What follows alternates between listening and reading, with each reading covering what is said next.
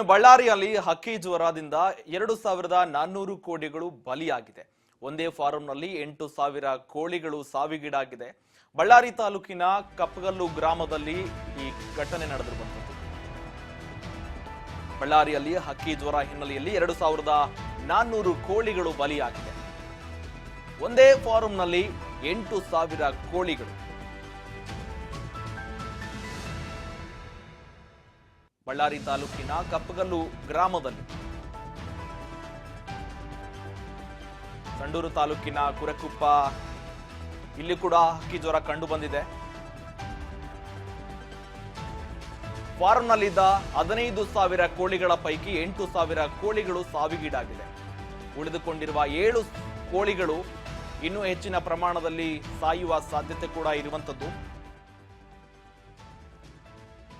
ಬಳ್ಳಾರಿ ತಾಲೂಕಿನ ಕಪ್ಪಗಲ್ಲು ಗ್ರಾಮದಲ್ಲಿ ಒಂದೇ ಫಾರಂನಲ್ಲಿ 8,000 ಕೋಳಿಗಳು ಮೃತಪಟ್ಟಿದ್ದು ಹಕ್ಕಿ ಜ್ವರ ಕಾರಣವಾಗಿರಬಹುದು ಅಂತ ಕೂಡ ಶಂಕೆ ವ್ಯಕ್ತವಾಗ್ತಾ ಇದೆ.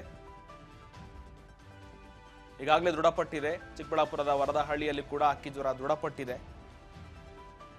ರವಿ ಎಂಬುವವರ ಸೇರಿದ ಫಾರಂನಲ್ಲಿ ಒಟ್ಟು 15,000 ಕೋಳಿಗಳು ಜೊತೆಗೆ 8,000 ಕೋಳಿಗಳು ಮೃತಪಟ್ಟಿವೆ.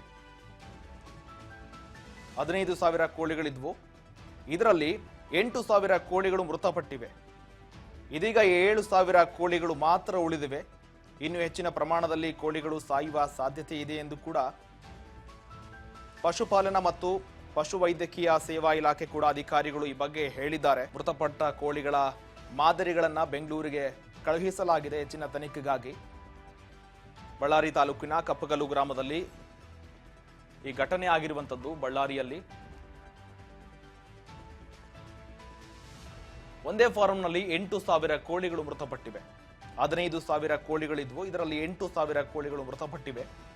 ಇನ್ನುಳಿದ 7,000 ಕೋಳಿಗಳು ಮಾತ್ರ ಬದುಕಿರುವಂತದ್ದು.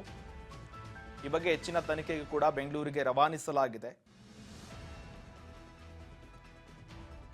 ಜೊತೆಗೆ ಕೋಳಿ ಮಾರಾಟ ಹಾಗೂ ಆಹಾರ ಅದರ ಮೊಟ್ಟೆಯನ್ನು ಕೂಡ ನಿಷೇಧಿಸಲಾಗಿದೆ. ಸಂಡೂರು ತಾಲೂಕಿನ ಕುರೆಕುಪ್ಪ ಜಾನುವಾರ ಈ ಕೇಂದ್ರದಲ್ಲಿ ಕೂಡ ಹಕ್ಕಿ ಜ್ವರದಿಂದ 2,400 ಕೋಳಿಗಳು ಮೃತಪಟ್ಟ ಹಿನ್ನೆಲೆಯಲ್ಲಿ ಕುರೆಕುಪ್ಪ ಪುರಸಭೆ ಮತ್ತು ತೋರಣಗಲ್ಲು ಗ್ರಾಮದ ಪಂಚಾಯಿತಿ ವ್ಯಾಪ್ತದಲ್ಲಿ ಈ ಕೋಳಿ ಮತ್ತು ಮೊಟ್ಟೆ ಮಾರಾಟವನ್ನು ಸಂಪೂರ್ಣವಾಗಿ ನಿಷೇಧಿಸಲಾಗಿದೆ.